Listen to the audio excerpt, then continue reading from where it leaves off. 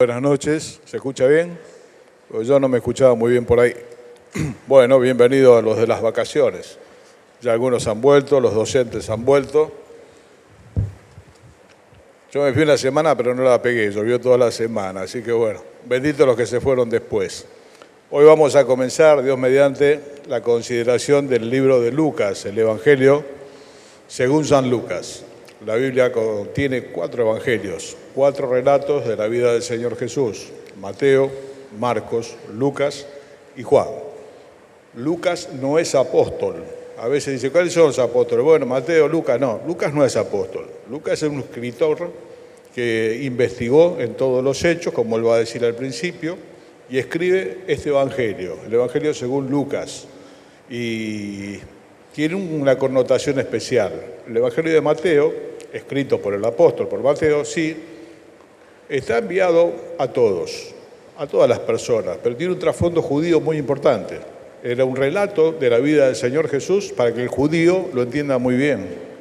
El de Marcos abunda en relatar los milagros del Señor y está dirigido fundamentalmente a la cultura romana que había en ese momento, pero el Evangelio de Lucas, que está escrito por Lucas, que vuelvo a decir, no era apóstol, tampoco era judío, era gentil. ¿Qué significa ser gentil? Gentil significa no ser judío. El mundo bíblico se divide entre judíos y gentiles. Todos aquellos que no somos judíos somos gentiles, viene de gentes. Así que siempre que se escucha hablar en la Biblia de gentiles, todos aquellos que no somos judíos. Lucas no lo era, y este libro tan hermoso, un relato muy minucioso de la vida del Señor Jesús, si bien es para todos, para judíos y para gentiles, nos es más fácil de entenderlo a aquellos que no somos judíos. Tiene un relato muy preciso de la vida del Señor. Se escribió acerca del año 60 de la era cristiana. Reciente los hechos del Señor, eran del año 30 y pico, todo estaba muy reciente. Posiblemente todavía vivía María, la madre del Señor. Algunos creen que siendo Lucas un relator, un historiador, fue compañero del apóstol Pablo y era médico. Ahí en Colosenses 4, verso 14, dice que, bueno, saluda también Lucas, el médico amado, un compañero de viaje de Pablo, un gran siervo de Dios, que revisó diligentemente la historia. Algunos dicen que tomó del libro de Mateo, otro que tomó también de fuentes orales, y posiblemente de María, la madre del Señor, que posiblemente todavía estaba viva. Así que de primera mano la relató, pero finalmente, como dice la misma palabra de Dios, toda la Escritura es inspirada por Dios. Dios estuvo detrás de todas esas cosas, ¿no? Se suele decir, bueno, la Biblia la escribieron los hombres. Es verdad, es verdad. Y siempre repito, los hombres somos los autores materiales, el autor intelectual de la Biblia es Dios. Usó 40 personas durante 1600 años para escribir toda la Biblia. Y hay un hilo conductor, un pensamiento central, es el pensamiento de Dios. La Biblia es el único libro que no tiene contradicciones. No existe un libro sobre la faz de la tierra que no tenga contradicciones. Aún una sola edición, un solo libro de un mismo autor, tiene una contradicción. La contradicción es algo muy humano. La Biblia no tiene contradicciones. En su idioma original fue escrita en hebreo, la mayor parte del Antiguo Testamento, un poquito en arameo, y el Nuevo Testamento en griego. ¿Qué quiero decir con lo que no tiene contradicciones? Que es de origen divino, porque Dios no se equivoca, Dios no se contradice a sí mismo. Ahora, pensar en 40 personas que no se conocieron entre sí, la mayoría de ellos, durante 16 siglos, y que no tenga contradicciones, es sin duda el libro de Dios. Entonces, esa es una prueba irrefutable. No tiene contradicciones teológicas, no hay una enseñanza que contradiga a la otra, no tiene contradicciones históricas. Los verdaderos arqueólogos usan la Biblia para orientarse. Hay ciudades que ya están perdidas hace muchos siglos, sin embargo la Biblia dice que están, habrá que buscarla hasta que la encuentren. Y no tiene contradicciones geográficas tampoco. Todos los datos geográficos que da la Biblia son verdad, son comprobables. Algunos, vuelvo a decir, están sepultados bajo metros y metros de civilizaciones pasadas. No significa que no estén. Entonces Lucas comienza a hacer este escrito y dice el verso 1 del capítulo 1 que vamos a leer, está dirigido a un tal Teófilo. Ahora vamos a mirar un segundito quién es. Comienza diciendo, puesto que ya muchos han tratado de poner en orden la historia de las cosas que entre nosotros han sido ciertísimas. ¿Qué cosas? Todo lo que tenía que ver con la vida del Señor Jesús. Sus milagros, bueno, todos los hechos de la crucifixión, la resurrección. Lucas va a ser uno de los relatores de la resurrección del Señor como pocos. Dice, todos los hechos son ciertísimos. El Señor resucitado apareció a los 12, apareció durante 40 días a 500 hermanos a la vez. Durante 40 días el Señor resucitado apareció a los suyos. Y Él dice, estas cosas son ciertísimas. Entonces, tal como Dios nos las enseñaron, los que desde el principio lo vieron con sus ojos y fueron servidores de la palabra. Me ha parecido también a mí, después de haber investigado con diligencia todas las cosas desde su origen, escribírtelas por orden, oh excelentísimo Teófilo, para que conozcas bien la verdad de las cosas en las cuales has sido instruido. Bueno, Lucas escribe, el Evangelio de Lucas, obviamente, y escribe el libro de los Hechos. Es el autor del libro de los Hechos. Y es la historia oficial. En este país hace muchos años se estrenó una película llamada La Historia Oficial. La historia oficial del Señor Jesús es la Biblia. Hay muchísimo escrito no bíblico de los años del Señor Jesucristo. Hay cerca de 27 evangelios, 27 relatos. Solamente 4 de ellos tienen la inspiración de Dios, no tienen contradicción y fueron puestos aquí como palabra de Dios. Pero hay muchos relatos, hay relato histórico, los padres de la Iglesia, que fue la segunda generación después de los apóstoles, escribieron infinidad de cosas que son ciertas, son ciertísimas. Pero bueno, Dios apartó los escritos de Lucas como palabra de él, como palabra de Dios. Los dirige a Teófilo, oh excelentísimo Teófilo. El título de excelentísimo da la impresión que se trata de una persona de alto rango, un funcionario de alto rango en el Imperio Romano. Y le dirige esto. Otros piensan que tal vez este Teófilo, desde su rango y su poder económico, financió todas estas copias e investigaciones. Puede ser. Bueno, lo cierto es que tanto este libro como Hechos, los dos relatan la vida y los hechos del Señor Jesús, antes y después de su muerte, y los primeros días de los apóstoles. ¿Qué vamos a leer acá? 2 anunciaciones, 2 anuncios, hechos por parte de un mismo ángel, Gabriel. En la Biblia figura el ángel Gabriel y el ángel Miguel. Son los 2 ángeles, se mencionan muchas veces los ángeles, pero son los 2 únicos ángeles de los cuales conocemos el nombre. Uno es Gabriel, el otro es Miguel. Estos 2 anuncios los hace un mismo ángel, Gabriel. Primero le va a anunciar a Elizabeth, que es lo que vamos a leer enseguida, la madre de aquel que fuera Juan el Bautista, aquel que iba delante del camino del Señor, preparando el camino del Señor, el precursor. Y la otra es María, la madre del Señor. A ambas apareció el ángel Gabriel, una muy ya avanzada en edad, Elizabeth, y su esposo también, como vamos a leer ahora, y otra se supone muy jovencita, María, prácticamente una adolescente. En esos tiempos el casamiento era a temprana edad, era muy común que tal vez chicas de 15, 16 años o 14 se casaban. Y bueno, hoy sería todo un problema en nuestra sociedad, pero en la costumbre judía esto era posible.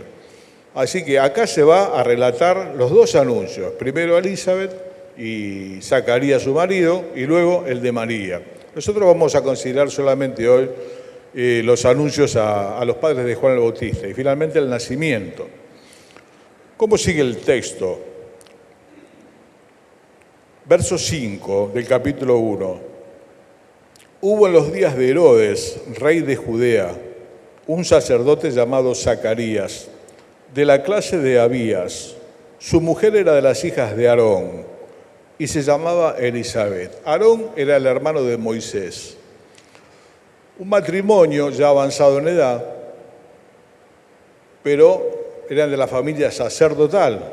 ¿Qué significa? Que Zacarías era el que le tocaba ofrecer el sacrificio, el incienso, se ponía incienso sobre fuego y ese humo era parte de la adoración del pueblo de Dios al Señor.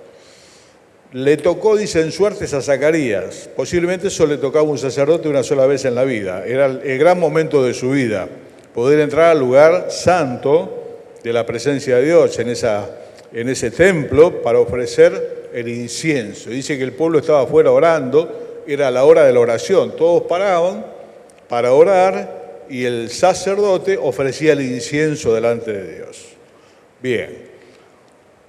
¿En qué día fue? En los días de Herodes. Todavía vivía. Los Herodes hay varios Herodes, ¿no? Y bueno, se relatan cerca de la vida del Señor. ¿Qué quiero decir? Acá hay un detalle muy importante. Este escrito que estamos leyendo viene a aparecer 4 siglos después del último escrito del Antiguo Testamento, que es el libro de Malaquías. Hacía 4 siglos que Dios no trataba con su pueblo, no les hablaba. Dios habló, dice la Biblia, de muchas maneras a los padres y finalmente le habló por el Hijo Jesucristo, a quien la nación rechazó como nación. Muchos no, le recibieron como Mesías, como Salvador, pero la nación le rechaza como Mesías, porque tenían una expectativa distinta. Pensaban en un segundo Moisés, que los iba a sacar como Moisés los sacó de Egipto. Este segundo Mesías, este Mesías lo sacaba de los romanos. Cuando vieron que no era así, la nación le rechaza. Por 400 años no hubo palabra de Dios en el pueblo de Dios. ¿Cuántas generaciones entran en 400 años? 20 generaciones. Los silencios son tan elocuentes como las palabras. Dios habló a su pueblo durante 490 años a través de los profetas y su pueblo no lo escuchó. Y el último profeta, Malaquías, termina 4 siglos, un poco más de 4 siglos antes de que este reloj de Dios se ponga en marcha de vuelta y empiecen de vuelta los planes de Dios para su pueblo y para toda la humanidad, para los gentiles también. 4 siglos. ¿Cuántos habrán muerto esperando? Entre los judíos hay una frase que obviamente está en hebreo y es Mesías Birkime. ¿Qué significa Mesías Birkime? Que el Mesías va a traer. El Mesías va a traer. Entonces, cuando los chicos pedían cosas a sus padres y demás, ellos decían Mesías Birkime. Estamos esperando el Mesías.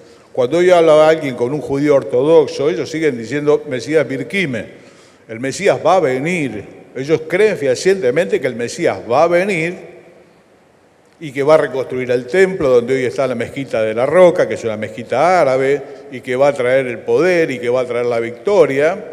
Y no saben que ese Mesías que va a venir no es otro que el Señor Jesucristo, que una vez crucificado, hoy viene a salvar a los que le esperan y a reinar en esta tierra. Así que la respuesta a todas las preguntas era Mesías Birkime. Cuando el Mesías venga, va a haber. Y así se habrán muerto de generación en generación, 400 años. Cuando ya parece que Dios no habló en 400 años, ¿qué hubiesen pensado? Bueno, Dios no existe. Se acabó. Habrá sido algo de nuestros antepasados. 400 años para nosotros sería el año 1600. Como que del 1600 hasta ahora no pasó nada, no hubo nada de Dios. Bueno, a lo mejor era cosa de los viejos. Se terminó con el pueblo, con Israel, el desierto, esas cosas. Esto es historia antigua. 4 siglos después, Dios pone en marcha de vuelta su plan y vuelve a hablar. Esta vez con este anuncio que vamos a leer ahora. A esta pareja de ancianos, de los cuales uno de ellos es sacerdote. Se llama Zacarías. ¿Qué significa Zacarías? Dios recuerda. Eso significa Zacarías. Dios recuerda. ¿Qué significa Elizabeth? Su juramento. Qué cosa, ¿no? Todos los nombres en la Biblia están puestos con un sentido. ¿Cómo se llama Zacarías? ¿Qué traduce al castellano? Dios recuerda. Y su esposa Elizabeth, su juramento. Significa Elizabeth, juramento. Muchas chicas hoy se llaman Elizabeth. Su juramento significa. Dios recuerda su juramento. Dios no se olvida de su pueblo. Si bien por 4 siglos hubo silencio. Pero vuelvo a repetir, el silencio es una forma de comunicación también y es muy elocuente. A veces nos acostumbramos a ciertas cosas y cuando hay silencio, ¿qué pasó? Paró la máquina, algo pasó, nos llama la atención. Al pueblo de Dios le llamaba la atención. 4 siglos, Dios mudo, ¿qué pasa? ¿Se enojó, se olvidó, se murió? ¿Qué pasó? Pero Dios recuerda su juramento. La palabra que le prometió a los antiguos estaba en pie. Dios había disciplinado a su pueblo con silencio. 4 siglos no les habló. Y lo peor que le puede pasar en la vida de un ser humano es que Dios no le hable. Es lo peor que le puede pasar. Es lo peor que le puede pasar a un ser humano en su vida es que Dios no le hable. En forma audible, Dios habla a través de la Biblia y se comunica con nosotros de varias maneras. Llama nuestra atención. Dios se quiere comunicar con nosotros de distintas maneras. Situaciones que pasan en nuestra vida, personas que nos hablan de Dios, cosas que leemos. La creación habla de Dios. La creación es un testimonio poderosísimo de la mente de un creador brillante, genial. No puede ser fruto de la casualidad. Hace poco me mandaba Federico, ¿no? Una fotito que había todo un robot y decía, esto es producto de la inteligencia artificial. Hay robots que ya tienen inteligencia artificial, pueden contestar y todo. Y al lado había un ser humano, ¿no? Todo visto el cerebro, y dice, esto es fruto de la casualidad. Esto es fruto de la casualidad, vos sos fruto de la casualidad, esta obra maestra que es el ser humano es fruto de la casualidad y el robot no, es un proceso complicadísimo electrónicamente. No, Dios habla de muchas maneras. La Biblia dice, los cielos cuentan la gloria de Dios. Si alguno ha estado en el campo una vez donde las luces no están, esa inmensidad se viene encima nuestro. Dios está hablando. Cuando se pone el sol, Dios habla. Y cuando el sol sale, Dios vuelve a hablar también. Y cuando viene la tormenta, Dios habla. Dios habla todo el tiempo. Y ellos venían de 4 siglos que no. Pero Dios recuerda su juramento. Y esto nos tiene que alentar también a nosotros en las promesas que Dios ha hecho en nuestra vida. La Biblia dice, cuando llegó el cumplimiento del tiempo, Dios envió a su Hijo, nacido de mujer, nacido bajo la ley. ¿Cuándo? Cuando llegó el cumplimiento del tiempo. 400 años, la Biblia dice, para Dios 1000 años son como un día. Para Dios 1000 años son como un día. Para nosotros 80 es toda nuestra vida. Sería una tragedia, de 400 ni que hablar. Dios es el Señor del tiempo. 4 siglos. Cuando llegó el cumplimiento del tiempo, exactamente en ese momento, envía al ángel Gabriel a anunciarle a estos ancianitos que van a tener un hijo. Ella era estéril y era muy avanzada en edad. 2 cosas que dificultan muchísimo el nacimiento de una criatura, ¿no? Ya ser estéril y encima avanzada en edad, donde ya el periodo reproductivo y de menstruación ya no está más, de ovulación ni demás. Bien, Dios aparece y hace el anuncio. Entonces, ¿cómo dice el texto? Hubo en los días de Herodes, rey de Judea, un sacerdote llamado Zacarías. Su mujer era de las hijas de Aarón y se llamaba Elizabeth. Recordemos estos nombres. Dios recuerda su juramento. Dios no se olvida de lo que habló a tu corazón. Dios no se olvida. Verso 6 dice, ambos eran justos delante de Dios y andaban irreprensibles en todos los mandamientos y ordenanzas del Señor. Qué detalle, mire que esto no se dice de mucha gente en la Biblia, ¿eh? Los dos eran personas piadosas, los dos eran justos delante de Dios, porque delante de los demás cualquiera de nosotros puede parecer piadoso, y esta persona debe ser piadosa. Delante de Dios eran piadosos, del Dios que no se engaña, del Dios que lo sabe todo. Los dos eran justos y eran piadosos. Y andaban en los mandamientos y ordenanzas de Dios, obedecían. Él era sacerdote. Pero dice el verso 7, pero no tenían hijo, porque Elizabeth era estéril y ambos eran ya de edad avanzada. La fidelidad que podamos tener para con Dios, cualquiera de nosotros, Dios quiere que todos nosotros seamos fieles al Señor y andemos en sus mandamientos y hagamos su voluntad. Ese es el agrado de Dios, pero eso no nos evita los problemas de la vida. En esta época, no tener un hijo en la cultura oriental era una desgracia. Una mujer que no tenía hijos era realmente una desgracia. Lo tomaban como una afrenta, como que Dios no la había bendecido, cuando todos sabemos hoy que por muchos motivos puede una persona no tener hijos. Hoy además, hoy en día se está eligiendo no tener hijos. Cada vez son más las mujeres que dicen no tengo instinto maternal, no quiero tener hijos. Tengo un caso yo en mi familia, voluntariamente no lo quiso hacer, por distintos motivos hubo que hacer una operación con riesgo de sacar el útero. Dijo, sáquenlo, no hay ningún problema porque yo no quiero tener hijos, no tengo instinto maternal, no los quiero tener. Esto yo ya lo escuché muchísimas veces. Bien, en los días del pueblo de Israel, no tener un hijo se consideraba una desgracia. Es que Dios no te había bendecido. El Salmo 127 dice, herencia de Dios son los hijos, un regalo del cielo. Y resulta que son justos, son piadosos, son sacerdotes, como diríamos, hacen todos los deberes. Sí, pero no tienen hijos. Muchos hermanos y hermanas son piadosos, caminan delante de Dios en obediencia, igualmente tienen problemas. La fidelidad a Dios no nos evita las desgracias, entre comillas. En estos días se escuchaba el testimonio de Marcos Vidal. Un hermano vive en España, es español él, y tiene un hermoso testimonio. Nosotros lo conocimos por sus canciones, pero además tiene un muy buen ministerio. Es el pastor de la iglesia Salem, en España. Este es un hombre tal vez que está acercando a los 50 años, muy exitoso en lo que hace, en la música, obtuvo algunos premios Grammy, en su humildad no lo fue a buscar directamente. Es realmente una persona humilde y Dios la utiliza. Y él en su testimonio contaba que desde muy joven un problema neurológico le trae graves problemas sobre el lado izquierdo de su cuerpo, motrices y demás. Y que por mucho tiempo él lo sufrió, porque lo sufre desde chico.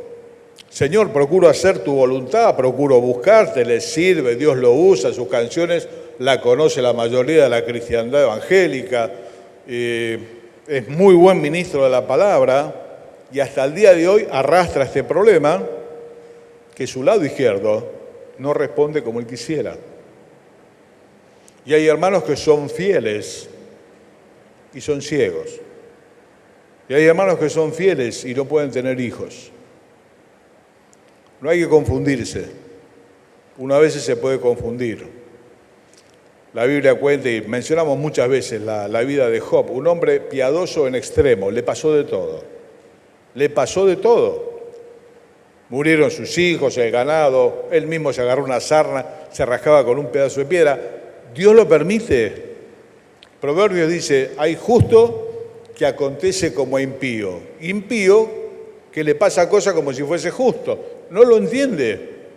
Ese tipo es un malvado, esta mujer, y le va bien. Y resulta que yo procuro hacer la voluntad de Dios y esto y el otro, y tengo este problema que a lo mejor no se va a resolver. Decía Marcos Vidal, creo que voy a vivir con esto el resto de mis días. Muchos de nosotros llevamos problemas así. El apóstol Pablo tenía un problema que no está muy claro si era en su vista, qué tipo de problema era. Él lo define como un aguijón en la carne, algo que le hacía mucho daño. Y si yo le pedí 3 veces al Señor que lo quite de mí, un hombre que había sanado de parte de Dios un montón de gente. Y respecto a su problema, le pidió 3 veces al Señor que le saque el problema. El Señor le dijo, mirá, bástate mi gracia porque mi poder se perfecciona en tu debilidad. Y hay padres piadosos que enterraron hijos jóvenes. Yo acompañé más de un velatorio, donde padres muy piadosos, dados al Señor, sepultaron a su hijo o a su hija muy joven, víctima en un asalto de un tiro, se mató con la moto. ¿Cómo le pudo pasar esto? La fidelidad no nos exime de los dolores de la vida. No es un negocio la fidelidad. Dios es fiel cuando da, lo he dicho hasta el cansancio. Dios es fiel cuando da y Dios es fiel cuando quita. Y si quita sabe por qué lo hace, aunque nosotros no lo podamos entender. Bueno, ellos eran muy piadosos, sí, pero no tenían hijos. Y ya no, por la edad y todo, esto casi era imposible. Dice el verso 8, aconteció que ejerciendo Zacarías el sacerdocio delante de Dios, según el turno que le tocaba, conforme a la costumbre del sacerdocio, le tocó en suerte ofrecer el incienso, entrando en el santuario del Señor. Toda la multitud del pueblo estaba afuera orando a la hora del incienso, y se le apareció un ángel del Señor puesto en pie a la derecha del altar del incienso. El altar del incienso era algo parecido a esto en el tamaño, tenía fuego y al poner incienso arriba subía un humo con aroma. Ese es el altar del incienso, estaba todo revestido en oro.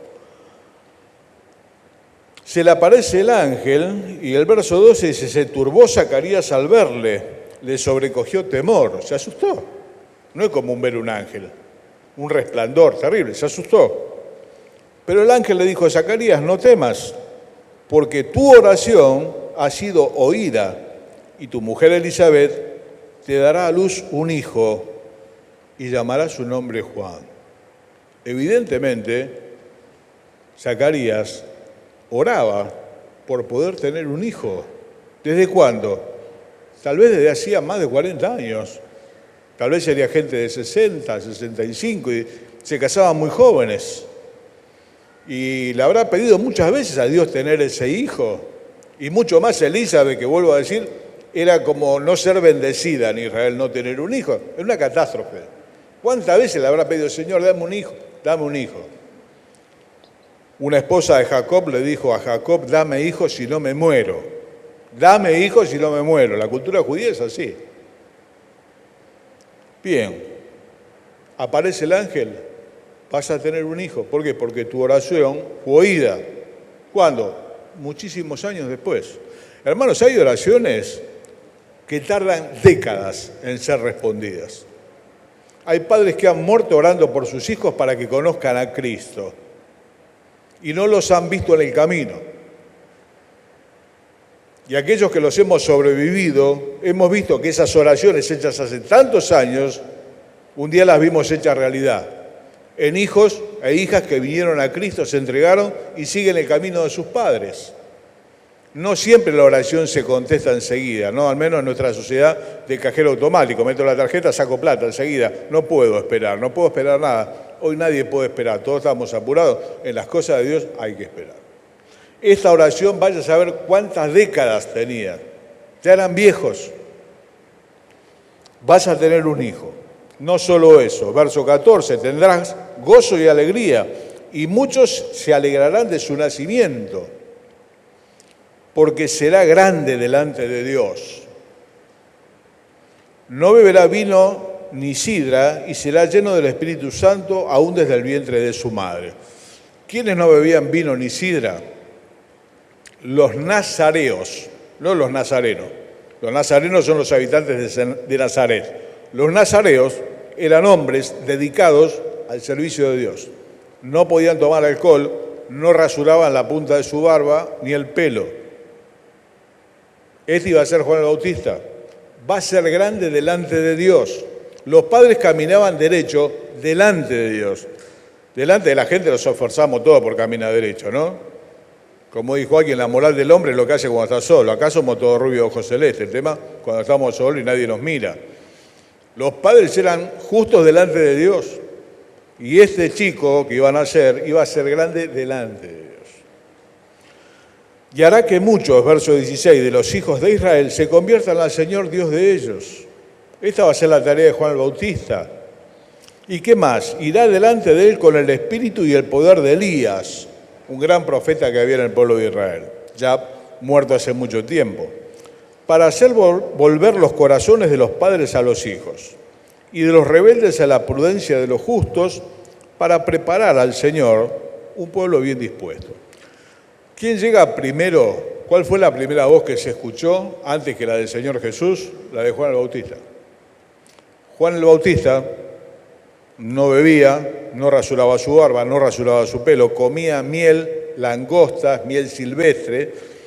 Muchos piensan que era el ceño que vivía en el desierto, era un bicho canasto para nosotros, una cosa así, que venga, pero tenía un mensaje poderosísimo. Él decía, arrepiéntanse porque el reino de los cielos se ha acercado. Y lo repetía. Y dice la Biblia que todo Judea salían a escuchar a Juan el Bautista, un hombre que con un poder de Dios vivía para Dios. Estaba apartado con estas características. Su nacimiento fue anunciado por ángeles, era un proyecto de Dios. Y repetía, arrepiéntanse porque el reino de los cielos se ha acercado. No solo eso, en una ocasión llegó uno de los Herodes con Herodías. Eran los gobernadores, si bien eran títeres del Imperio Romano, eran los gobernadores del pueblo judío. Y resulta que su mujer, en realidad era mujer del hermano, no era mujer de él. Y él había tomado para sí. Y este bicho canasto, dicho con todo respeto, para poner la atención, lo miró y le dijo, no te es lícito tener la mujer de tu hermano.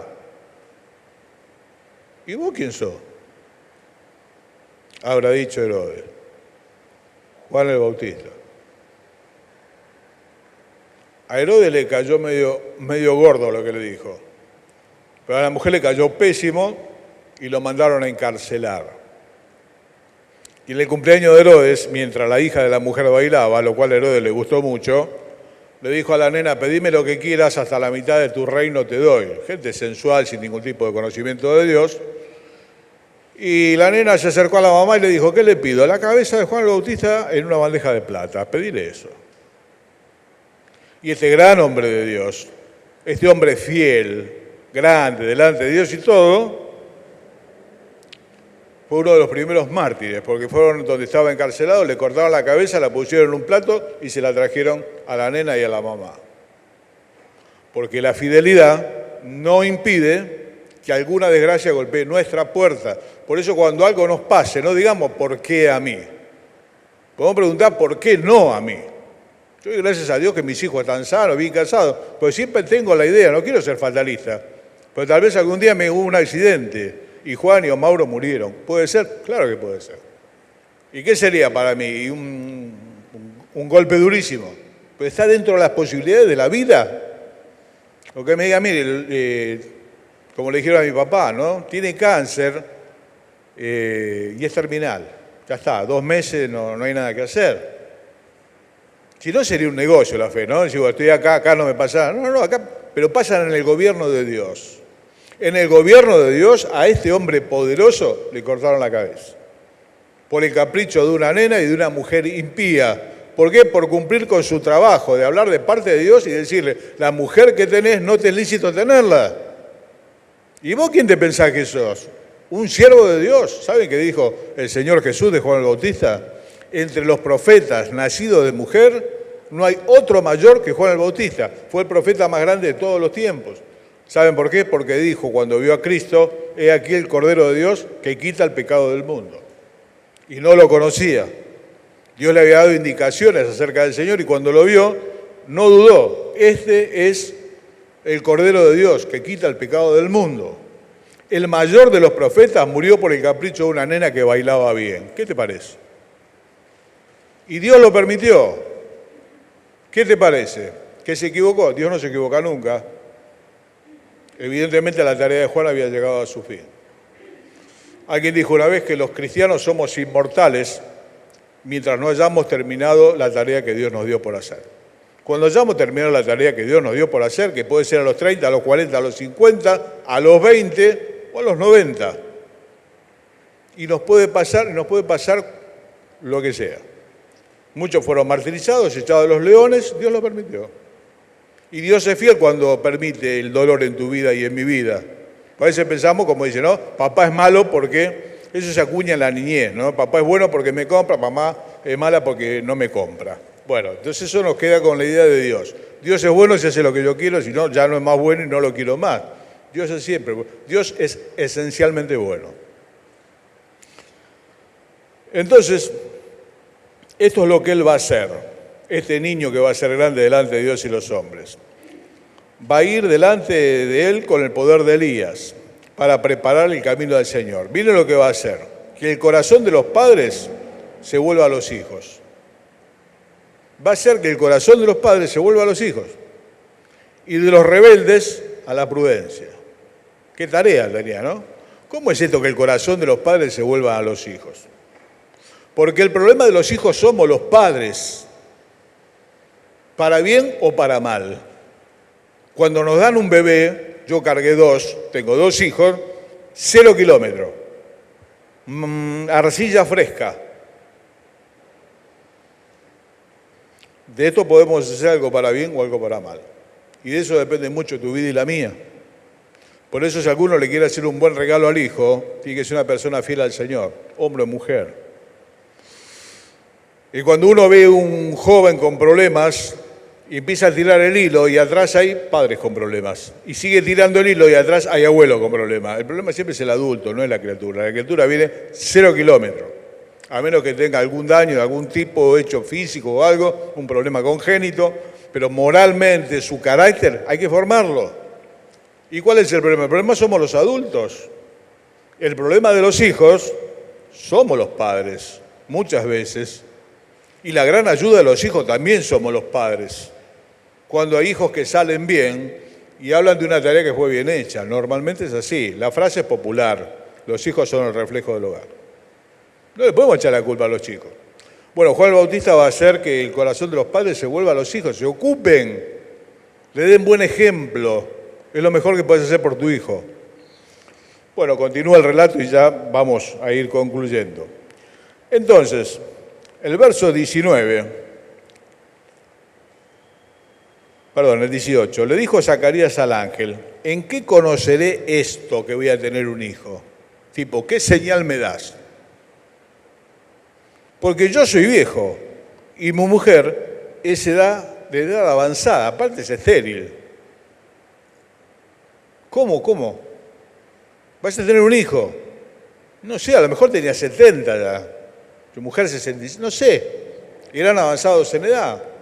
¿Cómo es esto?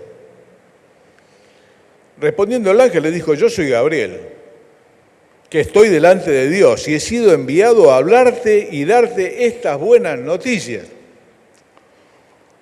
En la vida cristiana, uno de los grandes problemas que tenemos los seres humanos es nuestra razón. Si para nosotros, inconscientemente, si para nosotros no es posible, automáticamente pensamos que para Dios tampoco. Ya está. Esto es inconsciente. Y dijo una persona muy piadosa que la fe no va contra la razón, va más allá de la razón. Nosotros tenemos una forma limitada, somos finitos. Dios es infinito. Pero este tema es muy viejo. Muchísimos siglos atrás le habían dicho a Abraham, al patriarca, el primero casi de los judíos, vas a tener un hijo. ¿Cuántos años tenía? 75. La mujer, 65 y era estéril. ¿Saben qué pasó? Cuando esto lo escuchó la mujer, también se lo dijo un ángel, se empezó a reír. Está loco.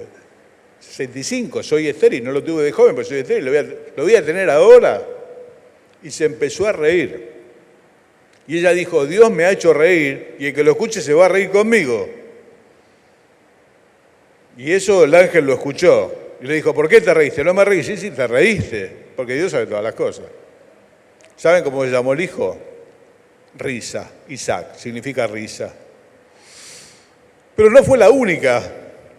En los tiempos del Señor Jesús había una mujer en Samaria, en un pozo, y el Señor vino y le pidió agua. Y dijo, ¿cómo vas a sacar el agua de este pozo? Porque el Señor le hablaba del agua espiritual. El pozo es hondo, no tenés con qué sacarla. No se puede. Muere Lázaro, el hermano de Marta y de María. Todos conocemos la historia, ¿no? 4 días en la sepultura. El Señor Jesús llega y dice, va a resucitar. Señor, da olor a podrido. Está en entera descomposición. ¿Cómo? Hermano, el cómo es algo que le compete a Dios, no nos compete a nosotros. A nosotros nos toca creer que Él realmente lo puede hacer. El cómo no lo sabemos porque muchas veces acude al milagro para hacerlo. Que nazca una criatura de una mujer estéril de 65, 70 años y de un hombre ya mayor es realmente un milagro. En estos anuncios a la chiquita María, la madre del Señor, unos 15 años, dice, vas a tener un hijo. ¿Cómo? Si nunca estuve con ningún hombre, no tuve relaciones sexuales, ¿cómo voy a tener un hijo? Porque el Espíritu de Dios va a venir sobre vos y lo va a hacer posible. Hermano, esto es muy difícil y nos pasa a todos cuando oramos. A veces oramos y no creemos lo que estamos pidiendo porque en nuestro inconsciente entendemos que no puede ser. Que no pueda ser para nosotros no significa que no pueda ser para Dios. Dios dice, mis caminos no son tus caminos y mis pensamientos no son tus pensamientos. Sus posibilidades no son las nuestras. Dios llama a las cosas que no son como si fuesen. ¿Saben de dónde cuelga la tierra? ¿Dónde estamos todos parados? Esto, de la nada. La tierra cuelga de la nada, no hay un hilo que la tiene del cielo. ¿Estás bien sentado? Estamos viajando a 1.600 kilómetros por hora sobre el eje de la Tierra y completa un día. Y encima está inclinada a 23 grados, el eje no está así, está así. Cuelga de la nada. Está inclinado el eje y nosotros damos vuelta a 1.600 kilómetros por hora. ¿Vos te diste cuenta? No, para nada. Y así infinidad de cosas. La fe no va contra la razón, va más allá de la razón. Tal vez tengamos que decir, Señor, no sé cómo lo vas a hacer. No sé. Un hombre le fue a pedir por un siervo que tenía, era un centurión, tenía un criado en la casa, estaba muy enfermo, le fue a pedir al Señor si lo podía curar, porque escuchó que había curado a mucha gente, ¿no? Y este hombre, cuando vio que el Señor iba a ir, le dijo, no, yo no soy digno de que vos entres bajo mi casa, decí la palabra y se va a curar. Y dice que el Señor se asombró, dijo, ni en Israel encontré tanta fe, porque este era romano, no era judío. Digo, no hace falta que vengas, decí la palabra, se va a curar. Andá, le dijo. Cuando llegó preguntó, lo vio mejor, ¿a qué hora se curó? Tal hora, la hora que el Señor le dijo que fuese. Porque es Dios, y no sería como nosotros, hermano, Dios es Dios. Y nosotros sus criaturas, somos semejantes, no somos iguales. Hay un abismo entre uno y otro. Bueno, en el verso 20, como no lo creyó, le dice, y ahora quedarás mudo y no podrás hablar hasta el día en que esto se haga, por cuanto no creíste en mis palabras, las cuales se cumplirán a su tiempo. Por cuanto no creíste en mis palabras, las cuales se cumplirán a su tiempo. Cuando llegó el cumplimiento del tiempo, Dios envió al Hijo, Mesías Birquime. Llegó, 2000 años le esperaron, llegó. Y va a volver, así lo prometió. Y es un hecho, Dios cumple su palabra. El Señor va a volver a salvar a los que le esperan, a los que nos hemos reconciliado. Y también va a gobernar en esta tierra. Eso es palabra de Dios. La palabra de Dios se cumple, no se puede dejar de cumplir. Bueno, avanzamos la lectura. Este hombre queda mudo.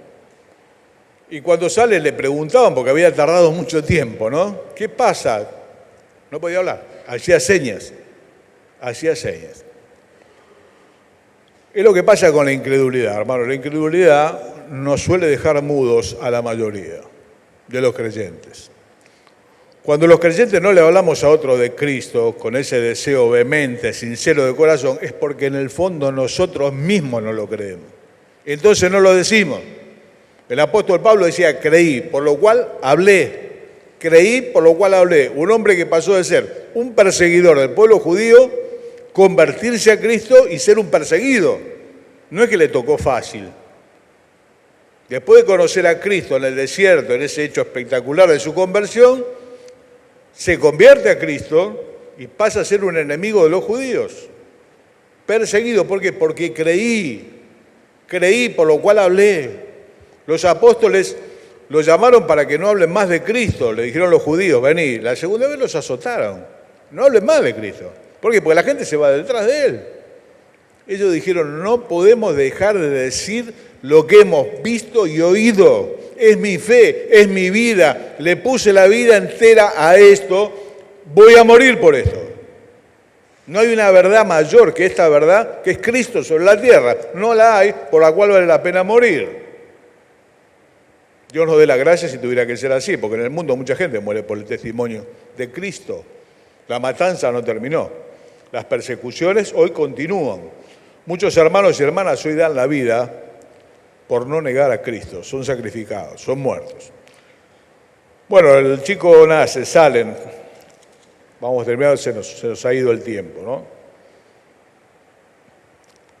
Se salta todo el recorrido del nacimiento, del anuncio del Señor Jesús. Verso 57 dice, cuando Elizabeth se le cumplió el tiempo de su alumbramiento, dio a luz un hijo, la estéril. Cuando oyeron los vecinos y los parientes que Dios había engrandecido para con ella su misericordia, se alegraron con ella.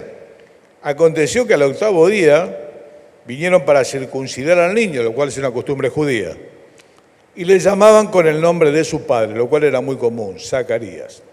Pero respondiendo a su madre, dijo, no, se llamará Juan, porque el ángel dijo, se va a llamar Juan. Le dijeron, ¿por qué? No hay nadie en tu parentela que se llame con ese nombre. Entonces preguntaron por señas al padre cómo le quería llamar. Y pidiendo una tablilla escribió diciendo, Juan es su nombre. Pero no podía hablar. Se va a llamar Juan. La costumbre era que lleve el nombre de algún pariente. No había ningún Juan en la familia. ¿Por qué le van a poner Juan? Porque Dios dijo que le pongamos Juan. A ver el padre, Juan. Listo.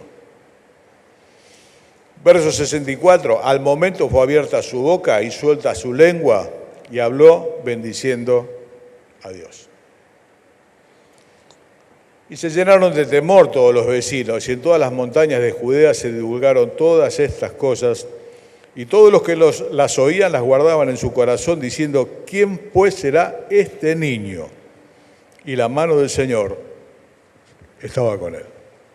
¿Quién va a ser este niño? Juan el Bautista. Toda Judea salía a escuchar el mensaje de Juan el Bautista. La autoridad espiritual que se puso delante de Herodes y le dijo, no te es lícito tener a la mujer de tu hermano, te puede costar la cabeza, no importa, te tengo que decir la verdad. Estoy comprometido con la verdad. Es toda una enseñanza para nosotros, ¿no? Cuánta vergüenza a veces nos da decir lo que está mal. Por no pasar vergüenza nos metemos en el montón y si yo empiezo a decir lo que está mal me quedo sin amigos. Y es posible que sí. Es posible que sí. No significa que seamos los jueces de los demás.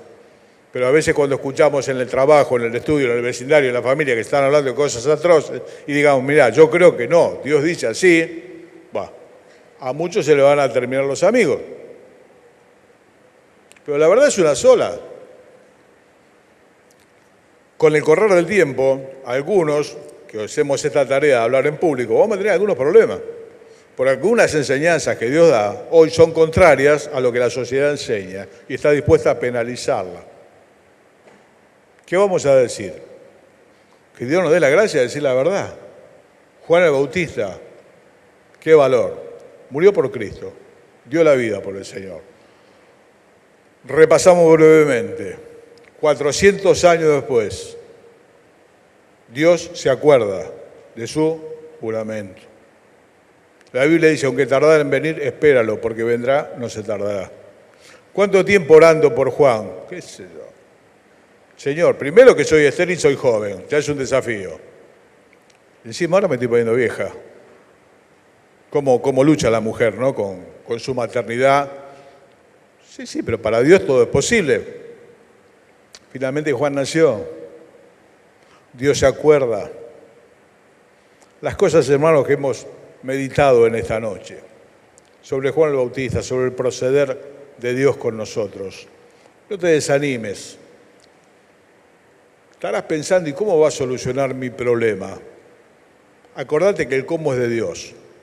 A nosotros lo que nos toca es creerlo. Yo tengo que creer que Él me va a dar lo mejor para mí, como buen padre que es. El Señor dijo, ¿quién de ustedes, siendo malos, si el hijo le pide pan, le va a dar una piedra? ¿Quién? Vamos a dar pan. ¿Y si le pide pescado, le va a dar una serpiente? No, le vamos a dar pescado. Bueno, si ustedes siendo malos le dan buenas cosas a los hijos, imagínense el Padre que está en el cielo. ¿Tenés hijos? ¿Tenés idea de lo que significa? ¿Fuiste hijo? ¿Viste el sacrificio de tus padres por vos? A menos que sean muy anormales los padres, como decíamos recién, ¿no? En algunos casos, el problema son los padres, del chico o de la chica. Los padres queremos lo mejor para los hijos. ¿Estaríamos dispuestos a dar la vida por los hijos? Claro que sí.